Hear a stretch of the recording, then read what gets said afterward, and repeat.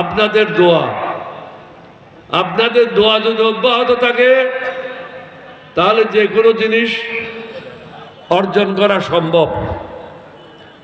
তবে আমাদের মধ্যে অনেক লোক আছে মেঘ দেখলে ঘরে ঢুকে যায় না, ঢুকবেন না, এটা ইমানের দুর্বলতা। আমি কি বলছি আপনারা বুঝছেন নিশ্চয়ই, মেঘ দেখলে ঢুকে যায় মানে এটা বুঝছেন নিশ্চয়ই।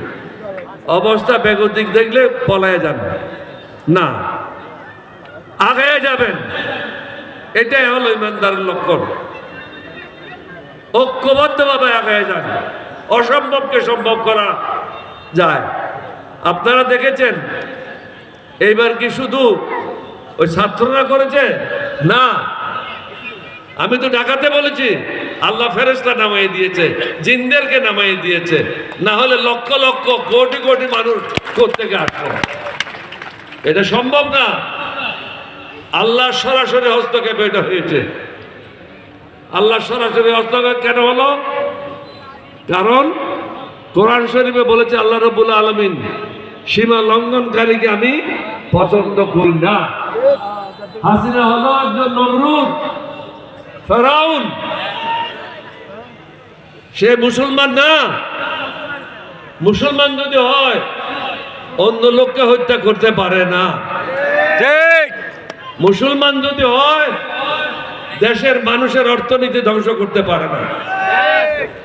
মুসলমান যদি হয় দেশের আইন শৃঙ্খলা ধ্বংস করতে পারে না। কোরআন এটা অনুমতি দেয় না। আমার নবী কি রাহমাতুল লিল আলামিন, সমগ্র আলামিনের জন্য রহমত, শুধু মুসলমানদের জন্য না, হিন্দু বৌদ্ধ খ্রিস্টান সকলের জন্য আলামিন। আমার রবকে রব্বুল আলামিন, সকলের রব, প্রত্যেক ধর্মের জন্য ইসলাম। আপনারা যদি আমার বক্তব্য শুনে থাকেন, আমি আজকে 3 বছর প্রত্যেকটা বক্তব্য বলেছি সময় খুব কম, তাড়াতাড়ি ক্ষমতা হস্তান্তর করেন এবং বিদায় নেওয়ার ব্যবস্থা করেন। আপনারা অনেকে হয়তো চিন্তা করছেন উনি বলেন কিন্তু হয়তো না, যখন হয়ে গেছে তখন কিন্তু আর বলেন না। আমি যে বলেছিলাম ওটা এখন আপনাদের স্মরণ নেই। এই যে তত্ত্বাবধায়ক সরকার হবে 3 বছর আগে আমি বলেছিলাম, অন্য দলের কেউ বলে নাই। অন্যরা তখন আমার উপর রাগ করেছিল, উনি তত্ত্বাবধায়ক সরকার পাইলেন কোথায়, আমাদের বেটা ওইটাই হইতে যাবে। এখনো যারা মনে করতেছে ভালো অবস্থাতে আছে, তারা কিন্তু ভালো অবস্থাতে নাই। হাসিনার মতো পলাইতে না হলেও কম হলেও পলাইতে হবে। কাজ না করে মানুষের ক্ষতি করে কেউ টিকে থাকতে পারবে না। তাহলে আল্লাহর কোরআন ভুল হয়ে যাবে, নাউজুবিল্লাহ। আল্লাহ রসুলের বাণী অসত্য হয়ে যাবে, নাউজুবিল্লাহ। আল্লাহ রসুলের বাণী সত্য, কোরআনের বাণী সত্য। সুতরাং বেঈমান মুনাফিকের কোনো জায়গা নাই।